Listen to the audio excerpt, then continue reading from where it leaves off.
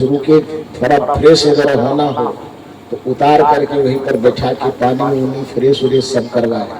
तो जैसे डॉक्टर साहब के यहाँ डॉक्टर साहब कहते हैं कि साहब फ्रेश वगैरह होना है,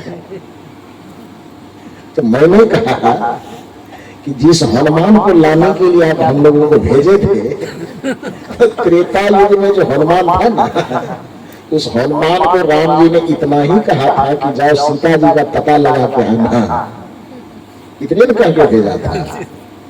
लेकिन हनुमान चूंकि बुद्धि के देवता माने जाते हैं, इसलिए हनुमान जी अपनी बुद्धि का प्रयोग किए और काम एक देकर के भेजा था कि सीता जी का पता लगा के आना है। लेकिन हनुमान जी अपनी बुद्धि का प्रयोग करते हैं और पता तो लगाते ही है, रावण के भवन में तहलका मचा करके आ जाते हैं। कथा यही कहती है, कोई कथा यही केवल कथा की दृष्टिकोण से सुनेंगे तब तो फिर वो आपको प्रेरणा नहीं दे पाएगा। लेकिन उस कथा में संकेत क्या छिपी हुई है कि आदमी अपनी बुद्धि जितना काम कर करके भेजा गया, यदि उतना ही काम करके आप आते हैं तो फिर आपकी प्रतिभा दो कोड़ी की है। उस बुद्धि का, उस प्रतिभा का कोई मतलब नहीं। मतलब यह है कि जिस काम से आपको भेजा गया है, हनुमान जी को भेजा कि जाओ जो सुसैन वेद से कहा जाओ दवाई लेकर के आता सजीवन बूटी। अब वहां सजीवन बूटी नहीं मिला, पहचान नहीं पाया बेचारा, कहीं लौट करके आ जाता, कहता डॉक्टर साहब हम दवाई नहीं पहचान तो तब तक वो लक्ष्मण बचता है। लेकिन उस समय बुद्धि का प्रयोग किया ना जी कि हमें डॉक्टर एक दवाई कहा लाने के लिए, नहीं समझ पा रहा है कि कौन सा दवाई लेना है हमको, तो बेचारा पूरा मेडिकल स्टोर उठा कर लेके आ गया।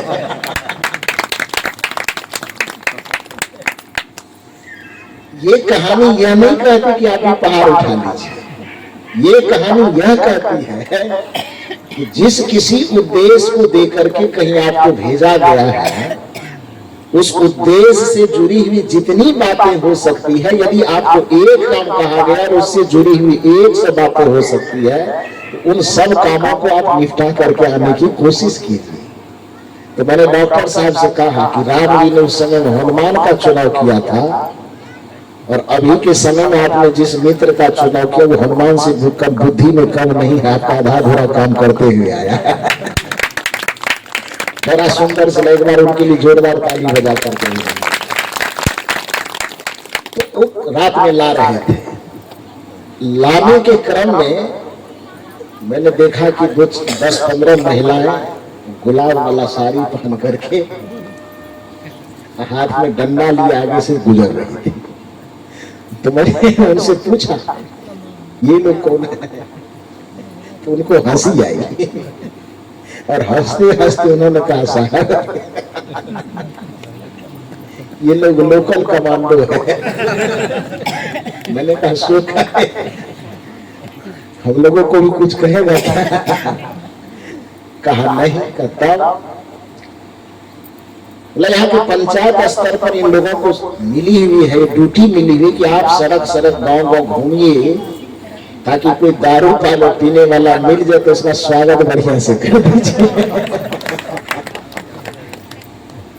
सोचिए ये कितनी बड़ी विडंबना है कि जिस जगह पर 33 करोड़ देवता, पता नहीं पुराना जनगणना के अनुसार 33 करोड़ गिना जा रहा है, नया जनगणना हो जाए देवताओं का। आदमी का जनसंख्या अब आजादी के समय में 33 करोड़ आदमी की जनसंख्या थी 1947 के आसपास। 33 करोड़ भारतीयों की जनसंख्या थी और आज आजादी के लगभग 75 वर्ष गुजर जाने के बाद हमारी जनसंख्या 33 करोड़ है। तब चीन को भी हम लोग पछाड़ दिए, और चीन में पछाड़ना था दूसरी चीज में, लेकिन दूसरी चीज में न पछाड़ पाए, जनसंख्या के मामले में उसको पछाड़ दिए। आज हम चीन से हम आगे हो गए जनसंख्या की दृष्टिकोण से। तो जिस जगह पर आज से 75 वर्ष पहले मात्र 33 करोड़ थे आप, आज उस जगह पर आपकी जनसंख्या इतनी बड़ी कि कितना हो गए, लगभग 150 करोड़ के आसपास हो गए ना। तो आदमी की जनसंख्या 33 से बढ़ करके 150 करोड़ पहुंच गया, तो देवता उतनी पे टिका होगा। उसका खानदान नहीं बढ़ा होगा क्या? तो पुरानी जनसंख्या की जनगणना के आधार पर कहने शायद इसीलिए मजबूरन 33 करोड़ ही कहना पड़ता है। लेकिन अभी आदमी की जनगणना जिस तरह से हो रही है, देवताओं की भी हो जाए तो मेरे समझ से वो भी बढ़ करके 66 करोड़ हो गया।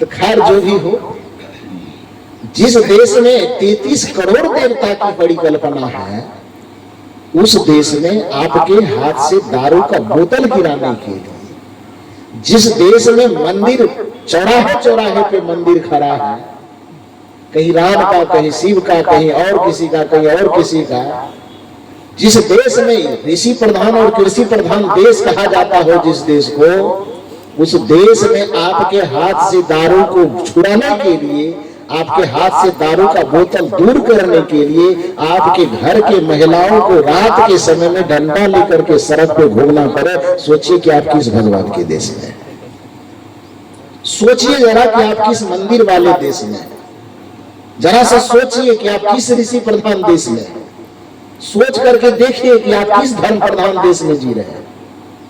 इस मकसद से, इस दृष्टिकोण से उस खदान में काम करने वाले उस मूर्तिकार की बात पर मुझे बड़ा एकदम क्या कहिए कि मैं झूम गया कि इतनी अच्छी बात एक काम करने वाला कारीगर कह सकता है जो वेद की ऋचाओं से एकदम तालमेल खाता हो। उन्होंने कहा कि एक पत्थर हमारी खदान से निकल करके जब तक मंदिर के चौखट तक जाता है तब तक वह पत्थर ही रहता है, लेकिन जिस दिन एक बार वह मंदिर में प्रवेश करता है वो भगवान बन जाता। लेकिन दुर्भाग्य की बात है, उसी मंदिर में यह आदमी नाम का प्राणी हजारों बार प्रवेश करता है, फिर भी वह इंसान नहीं बन पाता। ये सबसे बड़ी दुख की बात। कदाचित यदि उस जगह पर प्रवेश करने के बाद आप में इंसानियत उतर जाती तो उस मंदिर की उपयोगिता और बढ़ जाती। फिर कबीर साहब को उस मंदिर के से शिकायत नहीं करना पड़ता, फिर कबीर साहब को यह नहीं कहना पड़ता कि मंदिर की कोई आवश्यकता नहीं। और यदि यह कबीर साहब कहते हैं कि मंदिर की कोई आवश्यकता नहीं, तो यह मंदिर की निंदा नहीं है, बल्कि मंदिर पर व्यंग है। आपको यदि व्यंग में और निंदा में अंतर समझ में नहीं आता है तो एक उदाहरण मैं आपको बताता हूं। मान लीजिए कि आप अपने बच्चे को किसी शिक्षक के पास पढ़ने के लिए दिए, उद्देश्य क्या था आपका कि बच्चा अबोध से बोधवान हो जाए, इसमें शिक्षा के प्रति जागृति आ जाए, ललक आ जाए, पढ़ने लगे। 6 महीना लगातार बच्चे को शिक्षक के पास भेजने के बाद भी, 6 महीना तक पैकेज से फीस भरने के बाद भी, सारी मेहनत जो उस बच्चे के पीछे हो सकता है वो सारी मेहनत करने के बाद भी यदि उस बच्चे के अंदर अक्षर का बोध नहीं आ रहा है, पढ़ने के प्रति ललक नहीं जग रही है, तो बताइए कि आप गार्जियन होने के नाते क्या कहेंगे? बच्चे को कहेंगे कि कल से जाना बंद करो, टीचर के पास जाकर के क्या होगा? पैसा भी भर रहे हैं, समय भी जा रहा है, सब चीज जा रहा है, और जो जिस उद्देश्य से भेज रहे उद्देश्य पूरा नहीं हो रहा है। तो यदि आप उस शिक्षक के पास से अपने बच्चे को हटाना चाहते हैं तो ये शिक्षक की शिक्षा पर व्यंग है कि नहीं? जिस उद्देश्य से उस बच्चे को हम वहां भेज रहे कदाचित वह उद्देश्य पूरा होता तो दुनिया का कोई भी गार्जियन अपने बच्चे को शिक्षक से क्यों हटाना चाहेगा? यदि आपको रोग लगा है और आप किसी डॉक्टर के पास जाते हैं, फीस भरते हैं, वो जो पथ्य बतलाता है उसको दिन रात आप टेबलेट, ये आधा टेबलेट दिन में खाओ, दोपहर खाओ, शाम खाओ, उसके बताए निर्देश के अनुसार हर एक काम हम करने के लिए तैयार हैं। फीस भी भर रहे हैं, दवा भी लगातार खा रहे हैं, 6 महीना इलाज करवाने के बावजूद भी रोग ठीक नहीं हो रहा है, तो खाने में जो दवाई खा रहा है, पैसा भर रहा है, उसका मन क्या करेगा? बताइए थोड़ा सा। उसका मन करेगा ना, झुंझला करके लास्ट में उसको कहना पड़ेगा भाई नहीं जाएंगे उस डॉक्टर के पास, कोई फायदा नहीं होता है, पैसा भी देते हैं, समय भी जाता है, दवाई भी खानी पड़ती है एकदम नियम के अनुसार, फिर भी कोई फायदा नहीं होता, क्यों जाएगा? तो जैसे एक समझदार व्यक्ति होने के नाते डॉक्टर के पास जाने का मकसद डॉक्टर से रिलेशन जोड़ना नहीं है, बल्कि डॉक्टर के पास जाने का मतलब रोग से निदान होना है। यदि रोग का निदान होता है तो डॉक्टर ठीक है, और रोग का निदान नहीं होता तो डॉक्टर खराब है। सीधी सी बात है कि उसके पास नहीं जाना। एक टीचर के पास हम अपने बच्चे को पढ़ने देते हैं, यदि बच्चे में शिक्षा के प्रति ललक जग रही है तो शिक्षक बढ़िया है, और यदि उसके माध्यम से हमारे बच्चे में शिक्षा के प्रति आकर्षण नहीं जग रहा है तो पैसा वहां व्यर्थ का फेंकने की जरूरत नहीं है। कोई भी गार्जियन कहेगा हमारे बच्चे ना जाए। तो जब इस दुनिया में मंदिर की स्थापना की गई तो मंदिर बनाने का कुछ उद्देश्य रहा होगा कि नहीं रहा? बिना उद्देश्य का तो कोई आदमी कुछ नहीं करता है। मंदिर बना होगा तो मंदिर बनाने का उद्देश्य जरूर होगा कि यहाँ पर लोग जाए तो कुछ प्रेरणा ले सके, बुराई से दूर होने का प्रेरणा, कुशल से दूर होने का प्रेरणा, कुविचार से दूर होने का प्रेरणा, और न जाने कितने मानवीय सद्गुणों की प्रेरणा यहाँ से। जैसे कि अभी बता रहे थे श्री यतीन्द्र साहब जी कि आप एक मूर्ति के सामने जाइए तो उसकी सौम्यता को देखिए, उनकी मुस्कुराहट को देखिए। वह मूर्ति बनने से पहले जिस समय रहा होगा तो उन्होंने जैसा जैसा कर्म किया होगा उस कर्म को, उस चरित्र को देखिए, और उस कर्म और चरित्र को अपने जीवन में उतारने का प्रयास कीजिए। इसी प्रेरणा के लिए वो मंदिर बनाया गया है। लेकिन राम के मंदिर में जाने के बाद भी जो राम अयोध्यापति दशरथ के पुत्र राम से मर्यादा पुरुषोत्तम श्री राम बन गए, तो बना क्यों? माता पिता और गुरुजनों का निरंतर वंदन करने के कारण। और 1000 बार उस राम जी के मंदिर में प्रवेश करने के बाद भी आप बुढ़ापा में अपने माता पिता का हाथ पकड़ कर वृद्धाश्रम भेज देते हैं, तो फिर मंदिर जाने का क्या फायदा होगा? क्या सिखाया? कदाचित यदि आपको श्री राम के मंदिर जाने से यह प्रेरणा मिल जाए कि हमें भी प्रतिदिन अपने माता पिता का आदर करना है, सम्मान करना है, माता पिता के स्वाभिमान की रक्षा के लिए कदाचित राज जैसे चीजों को भी ठोकर मारना पड़े, तो हम राम जी से वो प्रेरणा लेकर के उस राज जैसे संपदा को भी ठोकर मार सकते हैं, लेकिन माता पिता के स्वाभिमान को हम ठोकर नहीं मारेंगे। यह प्रेरणा यदि आपको मंदिर जाने से मिल रहा है तो फिर उस मंदिर को नमन है, उस मंदिर की आवश्यकता है। लेकिन यदि उस मंदिर में जाने पर भी आपके चित्त में कोई परिवर्तन नहीं आ रहा है, केवल 2 मिनट के लिए आप मंदिर के अंदर जाकर के पुजारी बनते हैं, अब बाकी मंदिर से निकलने के बाद आपका व्यवहार हैवान की तरह होता है, तब कबीर साहब जैसे महापुरुष को व्यंग करना पड़ता है, हटाओ इस मंदिर को, इसकी कोई आवश्यकता नहीं है। मंदिर की निरर्थकता को मंदिर थोड़े साबित कर रहा है, मंदिर की निरर्थकता को आप साबित कर रहे हैं। जो मंदिर बना था कुशल से दूर होने के लिए, जो मंदिर बना था थोड़ा आध्यात्मिक चर्चा करने के लिए, जो मंदिर बना था कि आदमी दिन भर उलझनों में थक करके जब चूर हो जाए तो शाम के वक्त में 5 आदमी बैठ करके वहां कुछ कीर्तन करे, वहां कुछ भजन करे, कुछ अच्छी अच्छी आध्यात्मिक चर्चा करे, इसी उद्देश्य से तो बनाया गया था। लेकिन दुर्भाग्य है कि उसको इस उद्देश्य में उपयोग न करके शाम के वक्त अंधेरे में जाके बजरंग बली के पीछे बैठ करके गांजा पीते हैं। तो कबीर साहब क्यों न कहे, क्यों बनाया मंदिर? कहेगा कि नहीं? और कबीर की बात छोड़, दुनिया का कोई भी समझदार आदमी होगा उनको कहना पड़ेगा, क्योंकि जिस उद्देश्य से उसको बनाया गया उस उद्देश्य की पूर्ति आप होने नहीं दे रहे हैं।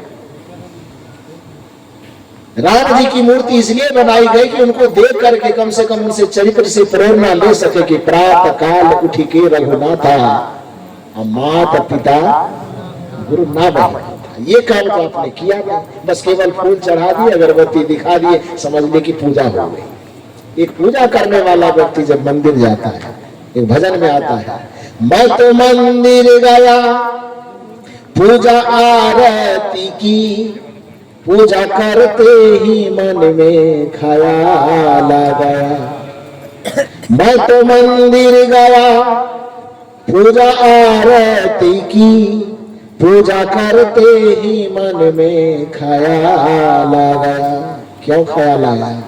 क्योंकि जिसके पास गए खड़ा होने के लिए अपने माता और पिता की बात का, वाणी का लाज रखने के लिए अयोध्या जैसे राज को लात मार करके जंगल चला जाता है। और ऐसे व्यक्ति के मूर्ति के सामने, प्रतिमा के सामने हम खड़े हैं, अचानक हृदय में ये भाव आया कि मैं तो मंदिर गया, पूजा आरती की, पूजा करते ही मन में ख्याल आया। उस प्रतिमा को देखकर क्या ख्याल आया? कभी माँ बाप की सेवा की ही नहीं, सिर्फ घंटा बजाने से क्या फायदा। यदि यह व्यंग आपको समझने के लिए नहीं आता है तो धिक्कार आपकी बुद्धि को। तब फिर कबीर साहब आपको समझ में नहीं आएगा, फिर कबीर का दर्शन आपके समझ में नहीं आएगा, क्योंकि आपकी बुद्धि का लेवल बहुत नीचा है। आपको भाषा की समझ नहीं है, आपको भाषा की शैली की समझ नहीं है, आप भाषा के संप्रेषण को नहीं समझते हैं। और एक बात ध्यान रखिए, जब साहित्य की गहराई में हम लोग डुबकी मारते हैं तो अब दो बातें कही जाती हैं। एक बात भाषा को अभिव्यक्त करना, और दूसरी बात भाषा को संप्रेषित करना। अभिव्यक्त करने की क्षमता तो धरती पे मनुष्य क्या जानवर तक को ही है। अरे कुछ होता है उसके अंदर तो अभिव्यक्त करता है। आपको चोट लगेगी तो बताइएगा ना कि चोट लगी है, भूख लगेगी तो बताइएगा ना बोल करके कि भूख लगी है। इस धरती पे जन्म लेने वाला मानव अथवा मानवेतर प्राणी, हर प्राणी को अपना सुख दुख, अच्छा बुरा, हर चीज को अभिव्यक्त करने की क्षमता तो है। लेकिन यदि अभिव्यक्त करने की क्षमता तक ही आप सीमित हैं तो फिर आप में और एक जानवर में कोई अंतर नहीं। अंतर कब से होना शुरू होगा? जब आप में अभिव्यक्ति के साथ साथ अपने भाव को संप्रेषित करने की ताकत आ गई, तब उस दिन समझ जाइए कि आप मानव जीवन पाने के आप हकदार हो गए। बात समझ में आ रही है? अभिव्यक्त करना मतलब कुछ बोल करके किसी को सुना देना, और संप्रेषण का मतलब क्या होता है? अपनी बात को किसी के आत्मा तक पहुंचा देना। अभिव्यक्त का मतलब होता अपनी बात को किसी के कान तक पहुंचा देना, और संप्रेषण का मतलब होता अपनी बात को किसी के मन तक, किसी के हृदय तक, किसी के आत्मा तक पहुंचा देना। ये संप्रेषण कहलाता है। अभिव्यक्ति की क्षमता दुनिया में हर एक व्यक्ति, बच्चे के पास भूख लगेगी तो चचियाएगा, रोएगा, चिल्लाएगा, तो अभिव्यक्त तो कर ही रहा है ना वो कि हमको भूख लगी है, खाना दीजिए। संप्रेषण की कला नहीं होने के कारण आज पति पत्नी में जो विवाद देखा जाता है, सास बहू में जो विवाद देखा जाता है, बाप बेटे में नहीं बनता है। क्यों नहीं बनता? पीछे का वजह सिर्फ इतना है कि हम कहना कुछ और चाहते हैं, समझता कुछ और। हम बोलते हैं कुछ और, वो समझता है कुछ और। हम करते हैं कुछ और, वो समझता है कुछ और। क्यों? क्योंकि हमारे जीवन का जो चिंतन शैली है वो अभिव्यक्ति तक है, अभिव्यक्ति को देख रहा है, लेकिन अपने भाव के संप्रेषण को हम उनके दिल दिमाग तक नहीं पहुंचा पा रहे हैं, जिसके कारण से रिश्तों में ये बवंडर होते रहते हैं, समझ नहीं पाता है। लेकिन आपकी चेतना इतनी विकसित हो सके। कबीर साहब कहते हैं कि यदि हमको समझना हो तो कबीर साहब कहते तुम्हें हंस बनना पड़ेगा, क्योंकि हंसन की गति हंस ही जाने, क्या जाने कोई का। तो कौवा बन करके तू हंस की भाषा समझना चाहेगा तो कैसे होगा? हंस की भाषा समझने के लिए तुम्हें हंस के लेवल पर आना पड़ेगा। इसलिए कबीर साहब का चिंतन, कबीर साहब का दर्शन समझने के लिए, हालांकि लोग कहते हैं कि कबीर साहब तो अनपढ़ थे, बेवकूफ है वो जो कहता है कबीर साहब अनपढ़ थे।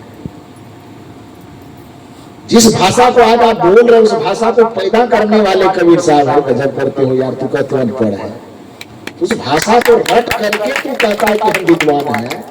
और उस भाषा को कबीर साहब जैसे महापुरुषों ने पैदा किया है, उत्पन्न किया है। क्योंकि जिस भाषा को जिस रूप में आज आप और हम बोल रहे हैं, भाषा ऐसी थी ना जी।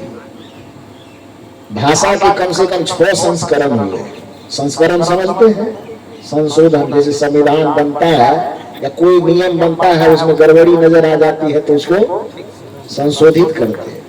तो आज जो भाषा, जिस भाषा को आप और हम अभी बोल रहे हैं, इस भाषा के कम से कम कितनी बार संशोधन हो चुके? 6 बार। मूल भाषा, मौलिक भाषा जो पहले थी यहाँ पर, वो क्या थी? संस्कृत थी। और संस्कृत में भी वैदिक संस्कृत, वैदिक संस्कृति को, संस्कृत को सब बोल नहीं पाते थे, बड़ा क्लिष्ट व्याकरण था उसका।